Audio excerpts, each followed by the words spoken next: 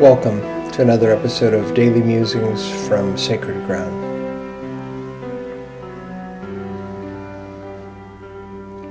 It seems that in this modern world, our lives are oftentimes fragmented or even fractured. And I'm not speaking here about trauma, but just the general way we live, changing from job to job, moving from place to place. We lose track of people. And I think that has a certain wear and tear on us. I've read stories of 1800s in a small village in Ireland where maybe a storyteller had lived in this village and had only traveled 5 miles from his home over the course of his life. And of course I'm romanticizing this, but at least in my experience, I can look back at all these different periods of my life, and I'm actually reminded of what one Tibetan Buddhist teacher says. He says, my best argument for reincarnation is this lifetime right here. Because I feel like I've lived so many different lives in this body. I think about my childhood or my high school years, my college years, when I lived in Boston, the early years in Columbus, all these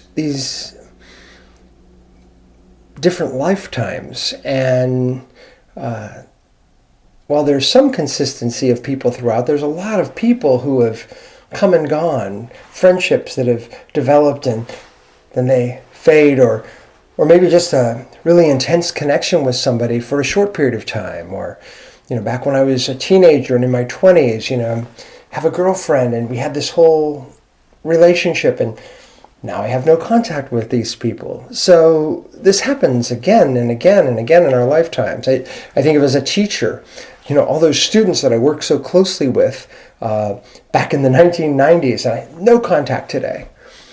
And one of the things that I'm interested in is how can we be whole? How can we be integrated? We have all these different parts and pieces to ourselves, and I know some people, use social media, and with Facebook you can, connect with an old high school buddy and things like that, or an old college friend, and that's wonderful. But I'm just talking about this huge, huge group of people, really, for me, hundreds of people. And how can I feel integrated in terms of all those connections?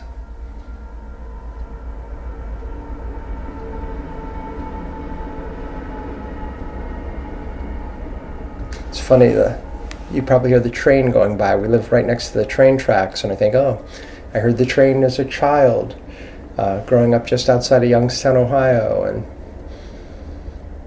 so there's these connections across these different lifetimes too. But getting back to this idea in terms of our connections and relationships, it's awesome if you want to reach out to somebody from somebody you were connected with in 2003 or 1978 or 1986 or any other time. But even if we don't reach out, one thing that I like to do when I remember to do it, and so as with everything else here, this is invitational, an invitation to myself and an invitation to you if you have an interest, is when someone comes to mind that you had some sort of connection with, especially if it was positive, I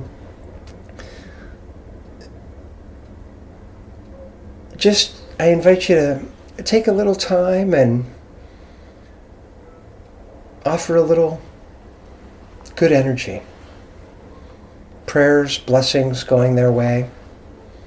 Maybe even if things didn't end so well, you could still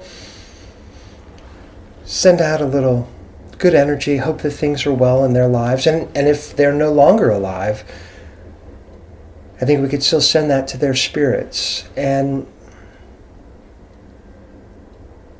along with that, maybe occasionally reaching out with a phone call or a letter to an old friend,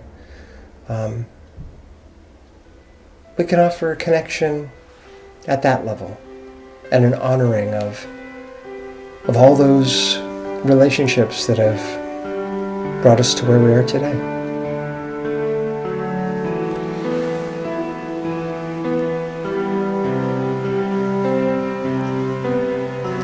I'm Michael Malley, and you've been listening to Daily Musings from Sacred Ground.